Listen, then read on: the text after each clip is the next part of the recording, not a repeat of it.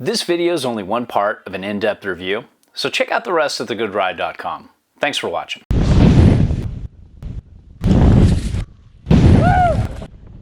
Welcome to The Good Ride. I'm James Beastie, and I embrace average because it's all I've got. This is the Rome Agent. It's a board I've ridden in various forms over the years, and this is its true twin form. And I got this with the Rome 390 Boss, the Union Atlas, the Rome Cleaver, Katana, and Vice. I rode this with my Burton Kendos, the Rome Vice, the Rome 390 Boss, the Union Atlas, and a few other Rome bindings. And I would check out those reviews because we really enjoyed those bindings this year. Got this in some spring conditions, primarily. Spring just came on and just never left. It was a long, drawn-out spring, but good enough to give a review. And to give you a short summary, this is not the Agent of old that was a little bit more directional. This is now a true twin with a centered stance. It's got a very fun, poppy, energetic, mountain freestyle kind of ride that isn't too technical and catchy, but isn't necessarily an intermediate's best friend either. I had a great time on this, just getting little air throughout the mountain on natural features. It's a really fun, dynamic turner, and it's just a good mountain freestyle ride that I think a lot of people will like. Now, when it comes to sizing, this 57 felt really good. I don't think I'd want a 54, and I definitely don't want a 160. I like this kind of like, this 57. I like this size. It felt like it matched well with my boot size and did pretty well for my weight, but I'm always a little bit on the heavy side of the weight spectrum for boards like this. Now, when it comes to shape, it's a true twin. It's got a very centered, very mountain freestyle kind of feel. Now, when it comes to camber profile, it feels mostly camber. There is a little bit of early rise in the nose and tail, and it felt more so than boards like the Stale Cruiser, the Warden, the Freaker. It felt a little more forgiving than those boards, and it had a little bit more early rise going on, but there still is a lot of camber, and it can feel semi-locked in at times and a little catchy. So kind of more for an aggressive intermediate, but mainly more for advanced expert riders. I could skid out a turn pretty well, but I had to be mindful to not get too off my game because it would thump me if I did. It's not like the party mod next to it that's much more forgiving. Now let's talk flex here. You can see it's just got like a cool medium-ish flex. The tip and tail actually feel like a touch stiffer, maybe with that single pop rod there to kind of reinforce it. And then it's got pretty decent torsional twist, torsional flex to it. So just kind of medium-ish all around. And this was not as easy to butter as the party mod, but a little easier than the National, and it just felt like the kind of board I like to butter with. A little bit of effort, but not enough to where it really fatigues you and challenges you. And I just really like that. And in terms of pop, same kind of thing. It had lots of pop, and it was really easy to access.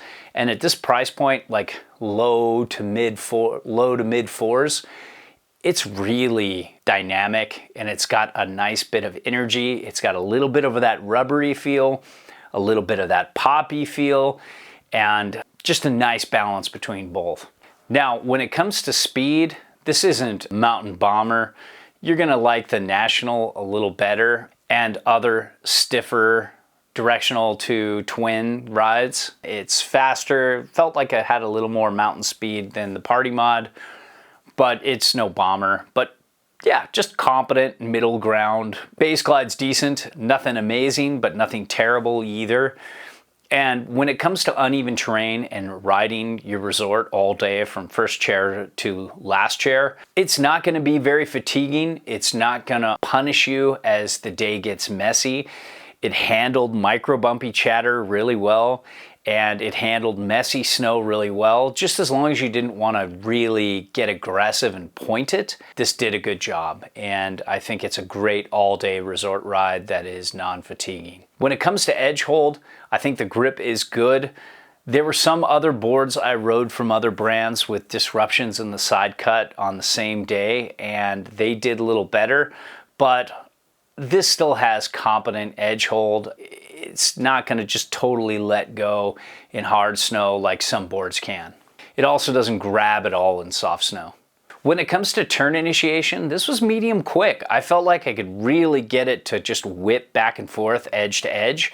And I really love just doing those quick little turns like on cat tracks or something when I'm bored and kind of on my way to the next thing. Really liked how quick and easy the turn initiation was. It can really work well in tight spots, but it wasn't too turny and too hooky. It still tracked well and would go really well into like a kicker or something like that, or another natural feature on the mountain. And then when you actually got the side cut engaged, it had a very fun, very energetic turning experience. Didn't quite feel like that full camber aggressive feel of like the Stall Cruiser or the Freaker or the Warden, but it had a fun, rewarding turn to it, and I had a lot of fun making kind of just middle ground carves, regular to switch, kind of just everything from kind of like medium, long, drawn out S-turns, not the real long, narrow ones, but kind of more like this, really going across the groomer carves. I could even do a circle carve or two. It felt pretty balanced and pretty doable, pretty middle ground there, and had good spring out of the turn. And when it comes to powder, this isn't a board you set back and get directional float with. That's not what you get this for. You keep this centered. I think I'd rather be on the party mod on a powder day, or actually a lot of other twins with a lot of early rise in the nose and tail. But I think for a mostly camber kind of ride, it's going to do okay. If I wanted to set it back and get some directional float, definitely would be the National over the Agent for sure. Ride and switch, great either way. It's a true twin, does its job very well. And when it comes to park riding, I think this leans more towards jumps and pipe than jibs. The party mods seem to be a little more jib friendly, but if you want to hit kickers, this has pretty quick turn initiation, but it tracks well into a jump, like I said before when I was talking about turning. So I think this is a pretty fun park ride, especially if you like getting air.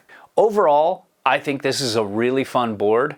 Sometimes I would compare it to boards that were like in the $500 range and feel this wasn't quite there with those boards. But then I looked at the price and realized how inexpensive this is, and I went, wow, that's a really good board. And it's very recommendable for this price point. If you want that kind of camber feel, but not just go full on camber, I think this would be a great mountain freestyle twin choice for your quiver, or if that's just how you ride, be a nice one board quiver. All our reviews are a best effort, objective opinion from an average rider's perspective.